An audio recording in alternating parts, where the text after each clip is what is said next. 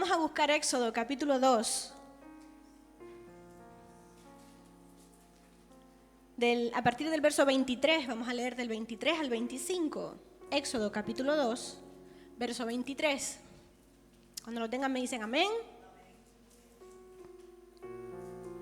Amén. Y dice la palabra del Señor: aconteció que después de muchos días murió el rey de Egipto, y los hijos de Israel gemían a causa de la servidumbre y clamaron. Y subió a Dios el clamor de ellos con motivo de su servidumbre. Y oyó Dios el gemido de ellos, y se acordó de su pacto con Abraham, Isaac y Jacob. Y miró Dios a los hijos de Israel y los reconoció Dios. Amén. Dice, aconteció que después de muchos días murió el rey de Egipto. ¿Qué rey de Egipto? Aquel rey que había acogido, ¿verdad?, ¿a quién? A Israel, ¿verdad? Por medio de José llegó su padre Jacob, es decir, Israel, ¿sí?, con sus hijos. Ese rey que había pasado, murió. Y pasaron 400 años. Y en esos 400 años, ese rey que fue tan bueno con Israel, ya no estaba. Entonces, ¿qué empezó a suceder?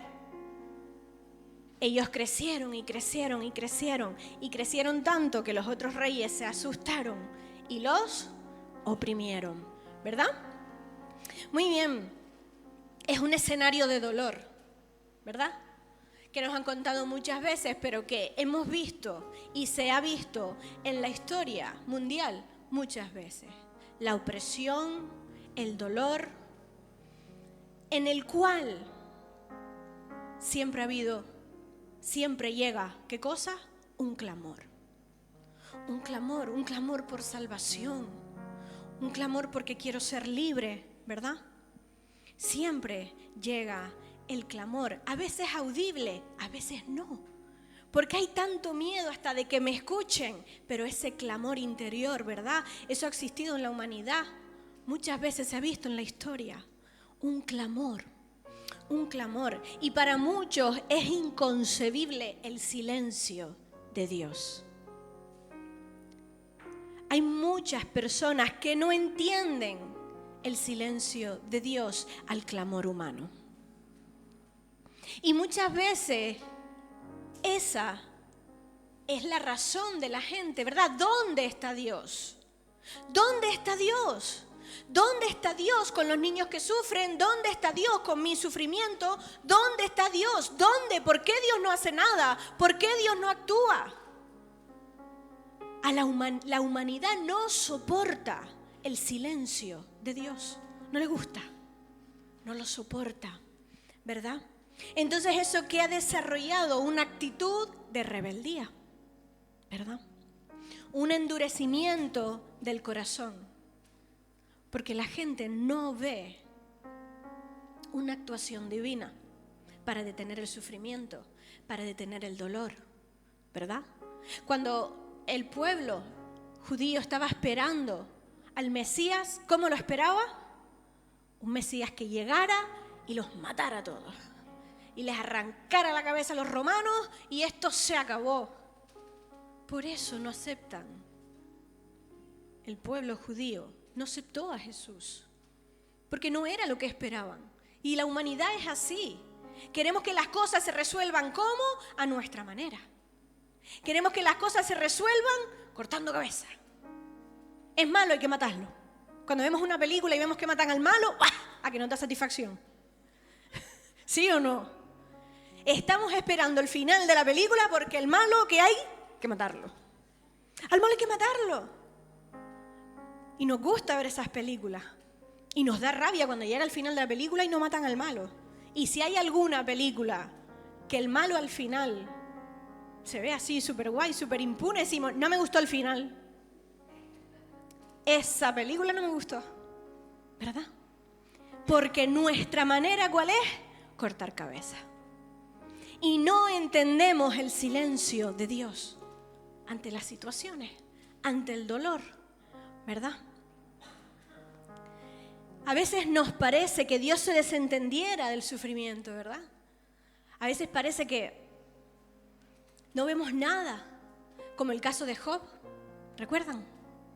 Cómo Job perdió todo, sufrió dolor.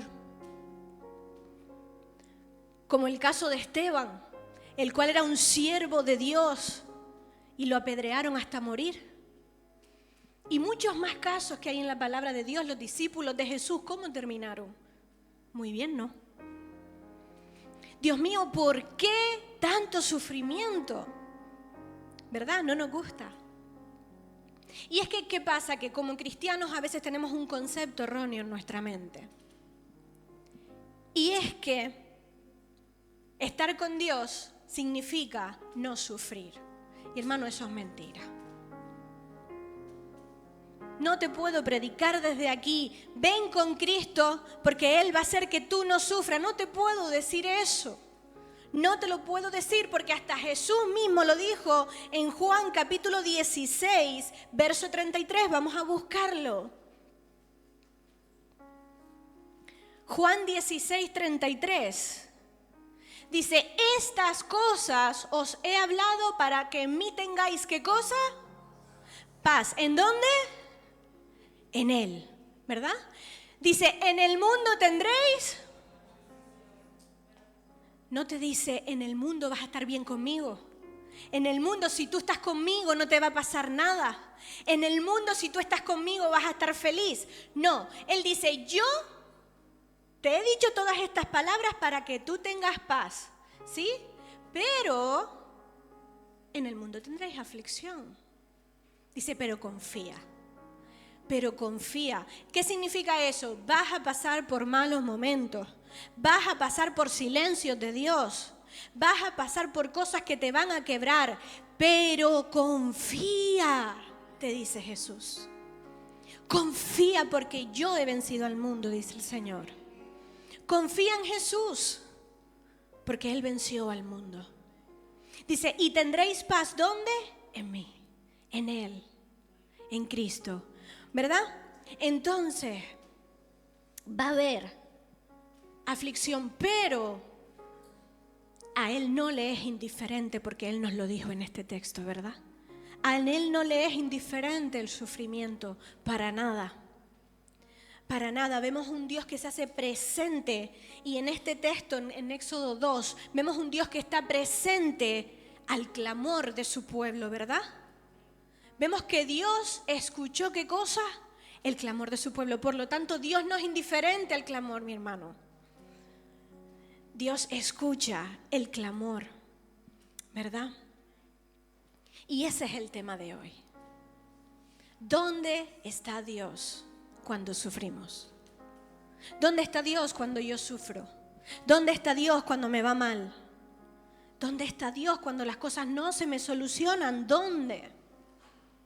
Muy bien, vamos a ver bien este texto que leímos al principio, Éxodo capítulo 2, verso 23. Vamos a leer otra vez el 23, del 23 al 25, pero vamos a leer el 23. Dice, aconteció que después de muchos días murió el rey de Egipto, y los hijos de Israel gemían a causa de la servidumbre y clamaron. Y subió a Dios el clamor de ellos con motivo de su servidumbre.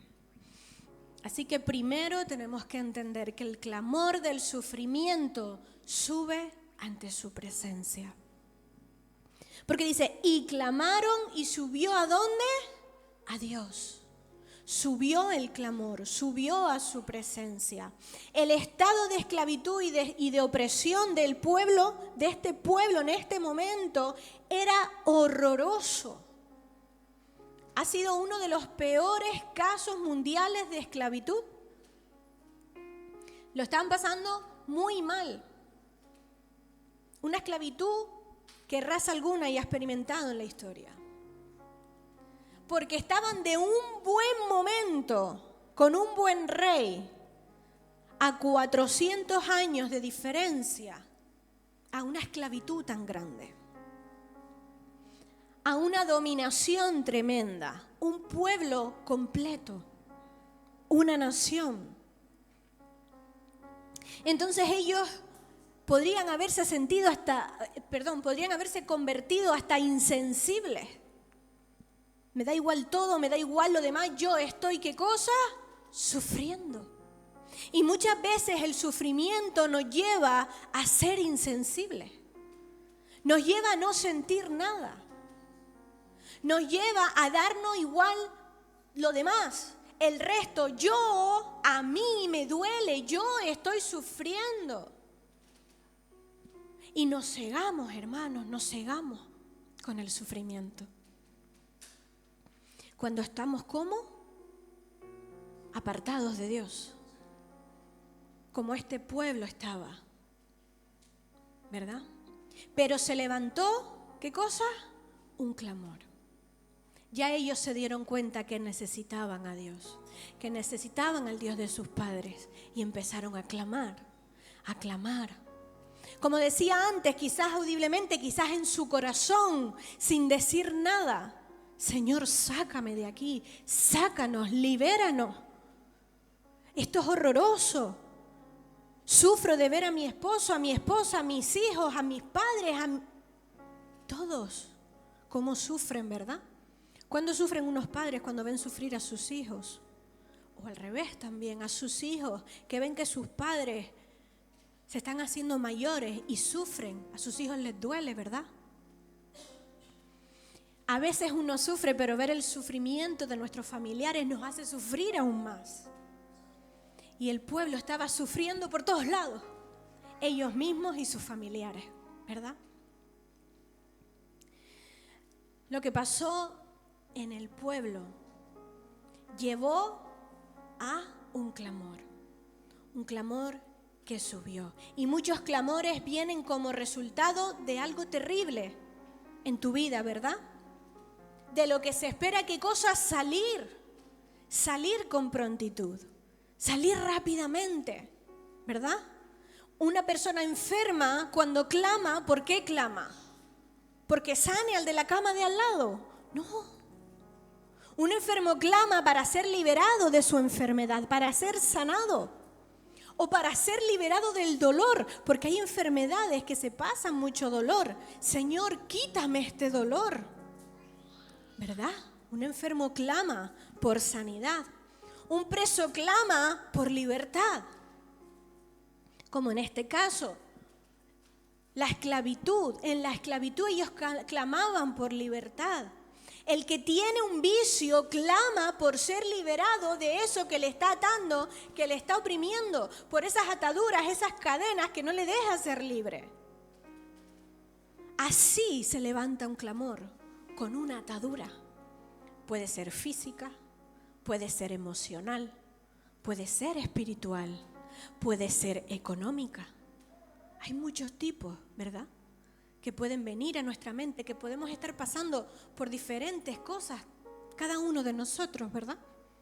Pero en ese momento es cuando se levanta un clamor. Yo no sé si ustedes, por ejemplo, saben nadar. Ustedes imagínense una persona que no sabe nadar en medio de una barca en una tormenta. Si me caigo me voy para el fondo.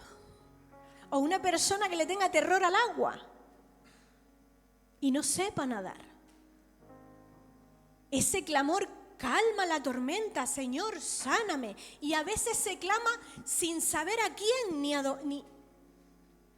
ni nombrando a Dios. Porque la humanidad es así. La humanidad se ha habituado a que el nombre de Dios les es indiferente. Entonces claman, no saben ni a dónde ni a quién, pero claman. Porque hay ¿qué cosa? Una necesidad en su corazón, ¿verdad? Todo esto hace que se levanten distintos clamores en la humanidad por diferentes causas. Cuando Dios llamó a Moisés como el libertador de su propio pueblo, le dijo en Éxodo 3, verso 7, que él había oído el clamor de Israel.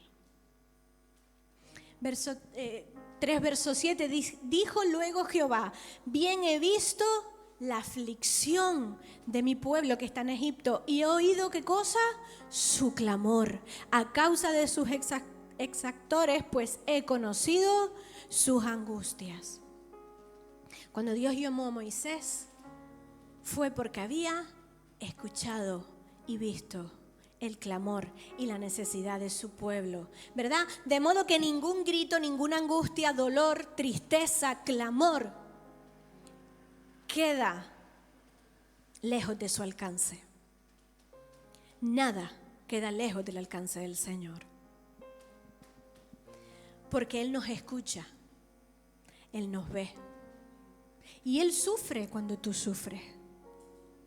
Y a Él le encantaría levantarte si tú te dejas, en momentos en los que no quieres o en los momentos en los que no puedes. Porque Él escucha y ve. No como dice el Salmo 115, vamos a buscarlo. Salmo 115 del 5 al 8. El salmista escribió este trozo destacando cómo son los ídolos. En el 5 dice, tienen boca, mas no hablan. Tienen ojos, mas no ven. 6. Orejas tienen, mas no oyen. Tienen narices, mas no huelen. Manos tienen, mas no palpan. Tienen pies, mas no andan. No hablan con su garganta. Semejante a ellos son los que los hacen y cualquiera que confía en ellos. Hermanos, no hay nadie que te escuche, ningún ídolo, ningún rezo, ningún nada que no sea Jesús, que no sea Dios. Él es el único que nos oye, Él es el único que nos ve. Él es el único que quiere sanarnos, Él es el único que quiere restaurarnos, libertarnos, ¿verdad? Nuestro Dios no es así como esto.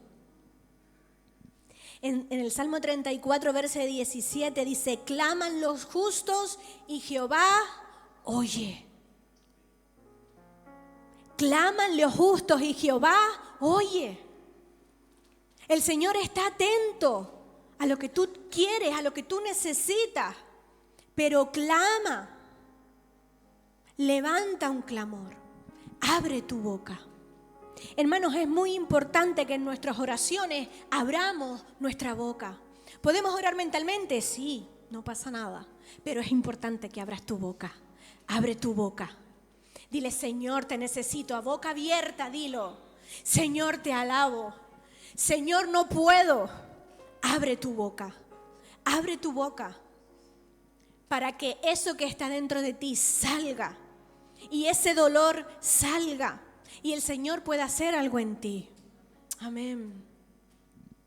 Cuando el hombre le busca de corazón, lo encuentra. Su corazón, su oración no queda sin respuesta. Nunca. Dirige tu clamor al Señor. Segundo, vamos a Éxodo 2:24. Ya leímos el 23.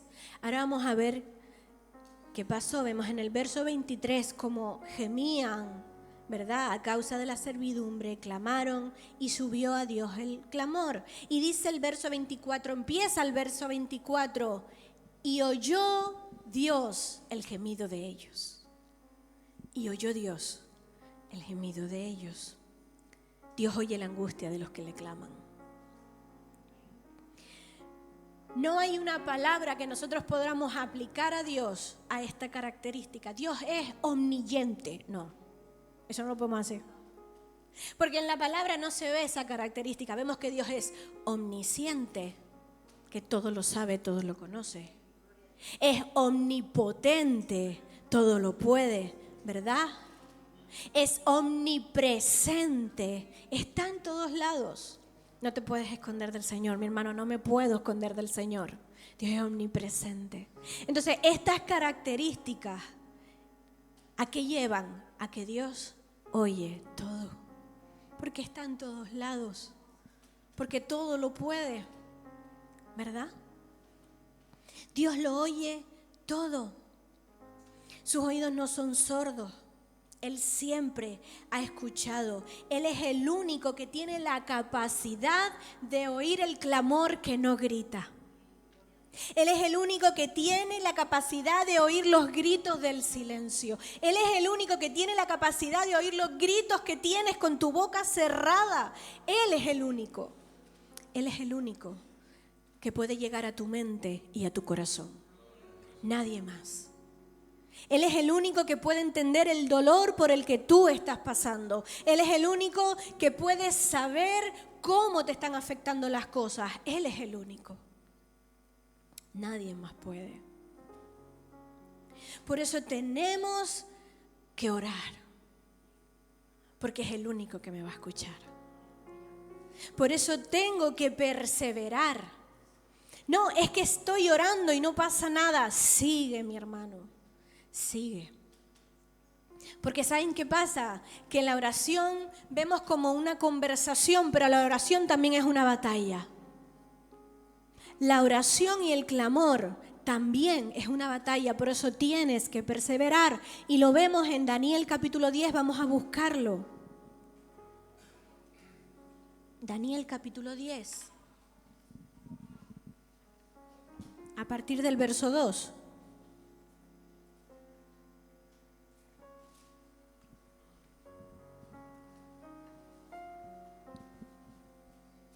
Dice, en aquellos días yo, Daniel, estuve afligido por espacio de 3 semanas. No comí manjar delicado, ni entró en mi boca carne ni vino, ni me ungí con ungüento hasta que se cumplieron las 3 semanas.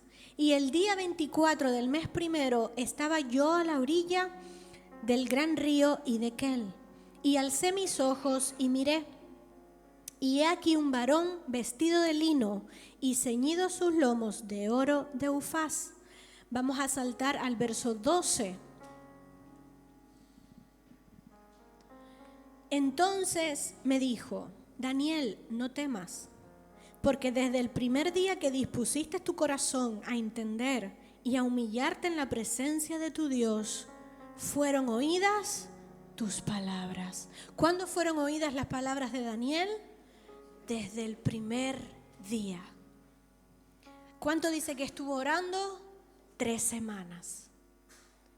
Pero el ángel que se le presentó dice que desde el primer día fueron escuchadas sus oraciones. Y seguimos leyendo, fueron oídas tus palabras y a causa de tus palabras yo he venido. A causa de tus palabras yo he venido. Mas el príncipe del reino de Persia se me opuso durante 21 días. Pero he aquí Miguel, uno de los principales príncipes, vino para ayudarme y quedé allí con los reyes de Persia. Debido a la oración de Daniel que fue escuchada desde el primer día, un ángel dice, por eso yo he venido. Un ángel se le iba a presentar y le iba a decir muchas cosas que después se le dijo, ¿verdad? Y Daniel escribió. Pero se le opuso, ¿verdad? Hubo una oposición. Porque el enemigo no quiere que se cumpla la voluntad de Dios en tu vida ni en mi vida. Y la vida de Daniel era primordial para la palabra de Dios. La vida de Daniel era importante porque está aquí escrito. Y el enemigo no quería. Y se le presentó una oposición al ángel. Pero Daniel no se cansó de orar. Daniel siguió orando 3 semanas. Y se le presentó el ángel. Y otro ángel, que se nombra aquí Miguel, tuvo que ayudarlo para poder presentarse ante Daniel. Así que, hermano, no te canses de orar. Sigue clamando, sigue poniendo tu petición delante del Señor. No te rindas. No te canses. El Señor oye la angustia de los que le claman. El Señor oye la oración de aquellos que le buscan. Aleluya. Y seguimos con el verso 24 de Éxodo 2. Vimos, y oyó Dios el gemido de ellos, ¿sí? Y la segunda parte dice, y se acordó de su pacto con Abraham, Isaac y Jacob. en el estado de angustia del pueblo esclavizado, dice que Dios se acordó ¿de qué cosa? De un pacto. Del pacto que hizo con Abraham, Isaac y Jacob. ¿Cuál fue ese pacto? ¿Cuál fue la promesa que se hizo? Dios le había dicho a Abraham que haría de él una nación grande, ¿verdad? Muy grande, como la arena del mar, como las estrellas del cielo. ¿Y cuál era esa nación? Israel. Esa que estaba sufriendo, ¿verdad? Y entonces Dios le dio a Abraham a Isaac, que luego fue padre de Jacob. Y luego Dios le cambió el nombre a Jacob y le puso Israel, ¿verdad? Y en él, en Jacob, en Israel, llegó a concretarse la promesa. Desde la promesa de Abraham, tuvo que haber descendencia para que Dios cumpliera su promesa. ¿Cuántas veces Dios te ha prometido algo? ¿Cuántas veces llevas esperando una promesa de Dios? Pues ¿saben qué? Abraham no lo vio. No vio la promesa. Vio a su hijo Isaac, en donde seguiría, ¿verdad? Esa promesa, pero Abraham no la vio. Y pasan 3 meses, pasan 3 años, pasan 15 años y nosotros nos desesperamos porque Dios no cumplió o no cumple lo que me prometió. Pueden haber muchas variantes. Puede ser que yo no esté buscando del Señor, puede ser que yo me haya rendido, o puede ser que no, que yo esté en el camino del Señor, sea un siervo, una sierva que sirve al Señor, que le busca, que le clama, que le adora, pero a lo mejor no es el tiempo, como el caso de Abraham. La promesa se iba a cumplir, pero no con Abraham, sino con su nieto. No te desesperes. Hay promesas para ti y hay promesas para tu descendencia también. No te desesperes. Sigue buscando al Señor, sigue clamando. En un pacto hecho a sus antepasados, el Señor se acordó cuando vio el clamor de ellos. Él dijo: me estoy acordando de mi siervo Abraham, de Isaac y de Jacob, de esa promesa que yo le hice a este pueblo que está clamando. Hermanos, con Dios tenemos la más absoluta garantía del cumplimiento de sus promesas. La más absoluta garantía. Debemos entender que el acordarse de Dios aquí no equivale a olvido. No, Dios se olvidó de mí. No, Dios no se olvidó de ti. Nunca, jamás. Aunque te apartes del Señor, Dios no se olvida de ti. Muchas veces somos nosotros los que nos apartamos y nos olvidamos de Él. Él quiere cumplir sus promesas en ti. Y cuando nosotros nos acercamos al Señor después de esa rebeldía, después de ese enfado a veces con el Señor dice: ahora me acuerdo de lo que te dije, pero no porque se le haya olvidado, sino porque quizá llega la hora del cumplimiento, ¿verdad? Y hermano, Dios aborrece el pecado. Donde hay pecado, Dios no puede mirar. Donde hay pecado, Dios no puede obrar. Tenemos que mantenernos en santidad.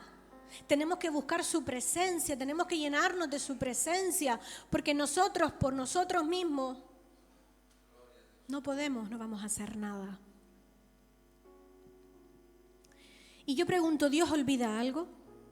Se acaba de decir que no, ¿verdad? Vamos a buscar Miqueas capítulo 7, versos 18 y 19.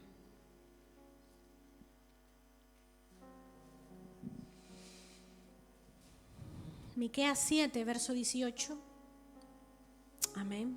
Dice: ¿qué Dios como tú, que perdona la maldad y olvida el pecado del remanente de su heredad? No retuvo para siempre su enojo, porque se deleita en misericordia. Él volverá a tener misericordia de nosotros, sepultará nuestras iniquidades y echará en lo profundo del mar todos nuestros pecados. ¿Por qué lo echa al profundo del mar? ¿Por qué sepulta nuestras iniquidades, porque Dios se olvida una cosa, y son tus pecados y los míos. Cuando hay, ¿qué cosa? Arrepentimiento. Cuando hay reconocimiento de que necesitamos un Salvador. Cuando yo reconozco que necesito a Cristo, que necesito al Salvador de mi alma. Cuando yo digo, Señor, limpia mi vida porque estoy podrida. Porque no tengo nada que ofrecerte ni a ti ni a nadie. Perdona mis pecados. Ahí sí Dios olvida. Ahí sí Dios sepulta tus iniquidades. Ahí sí las echa al profundo del mar. Es lo único que Dios olvida. Qué extraordinario es que Dios olvida todo lo malo, pero no olvida todo lo bueno, ¿verdad? Olvida todo lo malo que hemos hecho, pero no olvida las promesas que te ha hecho. Aleluya. Él nunca olvida todo lo que te prometió. Él no olvida nada de lo que puso aquí y te prometió. Él no olvida nada de lo que te promete para decirte que te vas a levantar, que te va a restaurar, que te va a llevar lejos. No lo olvidemos nosotros, mi hermano. No lo olvidemos nosotros, porque Él no lo olvida. No lo olvida. Gracias, Señor. Lo que Él ha prometido lo cumplirá.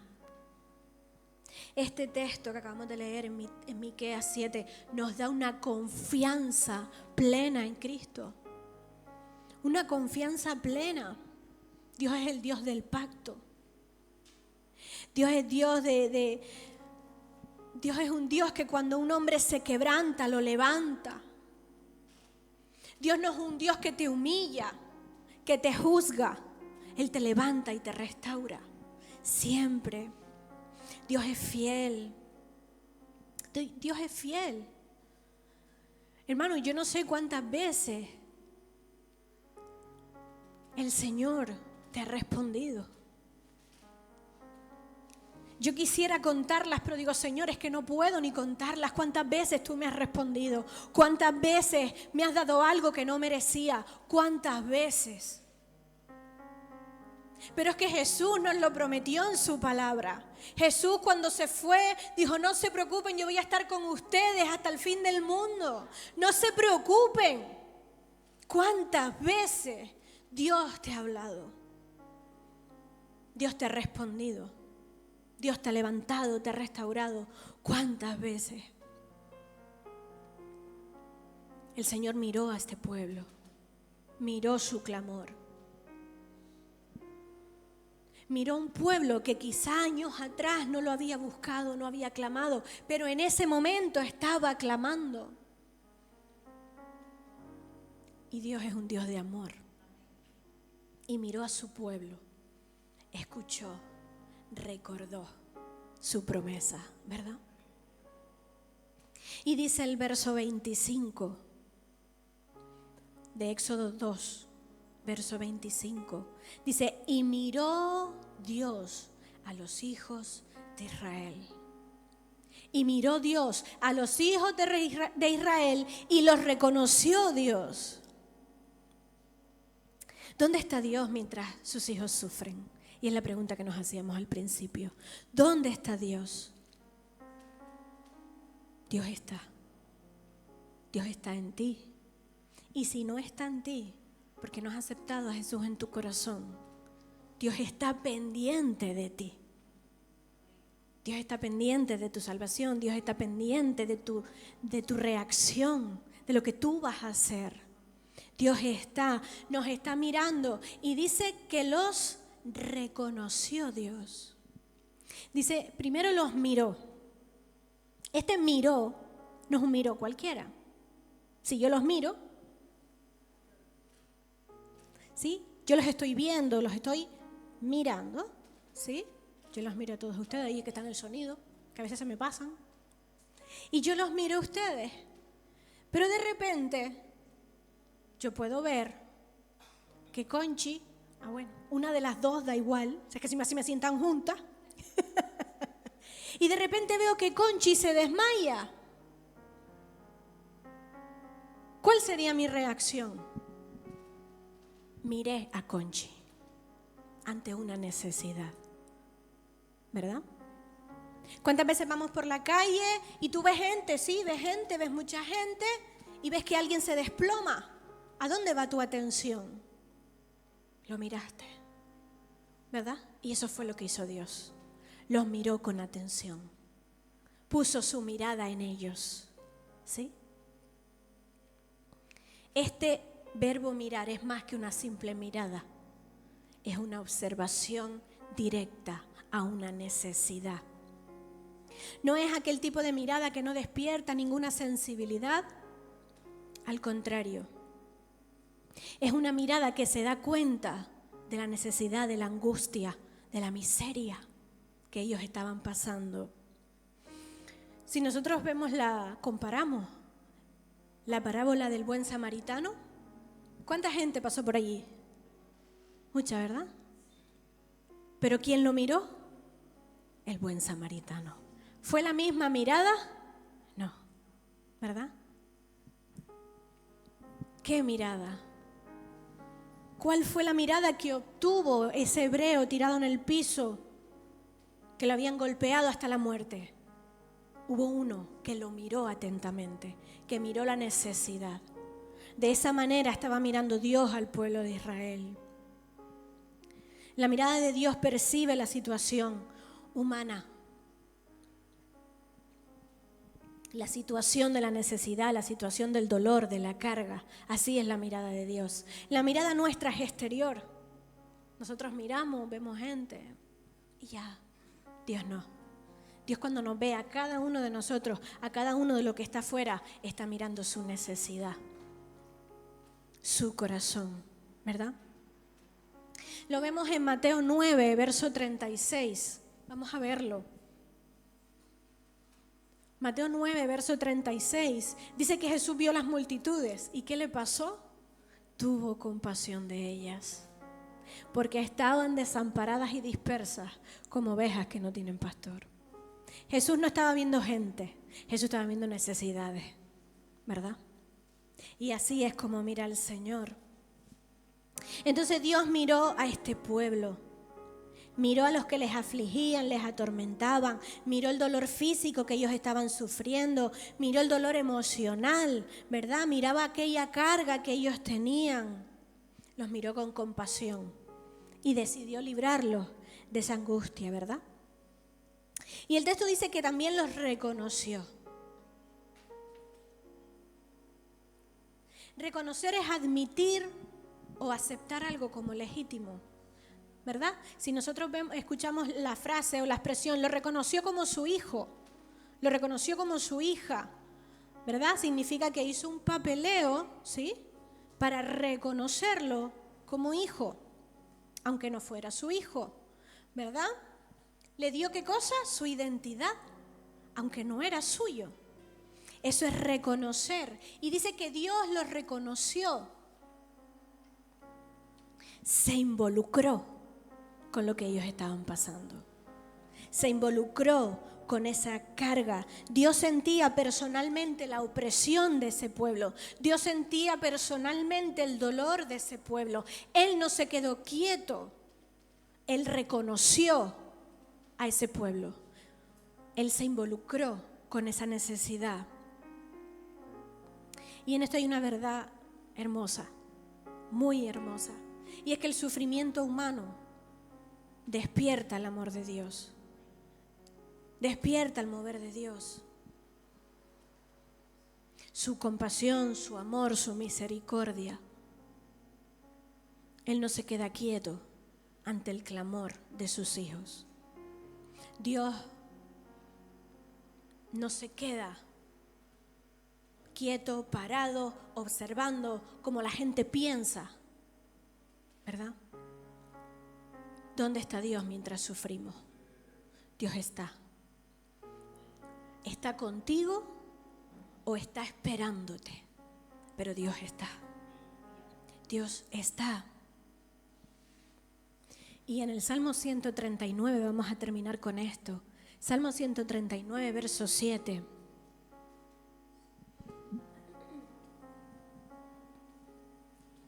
El salmista tuvo un tiempo de angustia, como tuvo este pueblo. Y dijo, ¿a dónde me iré de tu espíritu? ¿A dónde huiré de tu presencia? Si subiere a los cielos, allí estás tú. Y si en el Seol hiciere mi estrado, he aquí, allí tú estás. Si tomare las alas del alba y habitara en el extremo del mar, y aún allí me guiará tu mano y me asirá tu diestra. El 7 me encanta. ¿A dónde me iré de tu espíritu? ¿A dónde? ¿A dónde huiré de tu presencia? ¿A dónde? Te invito a que cierres tus ojos.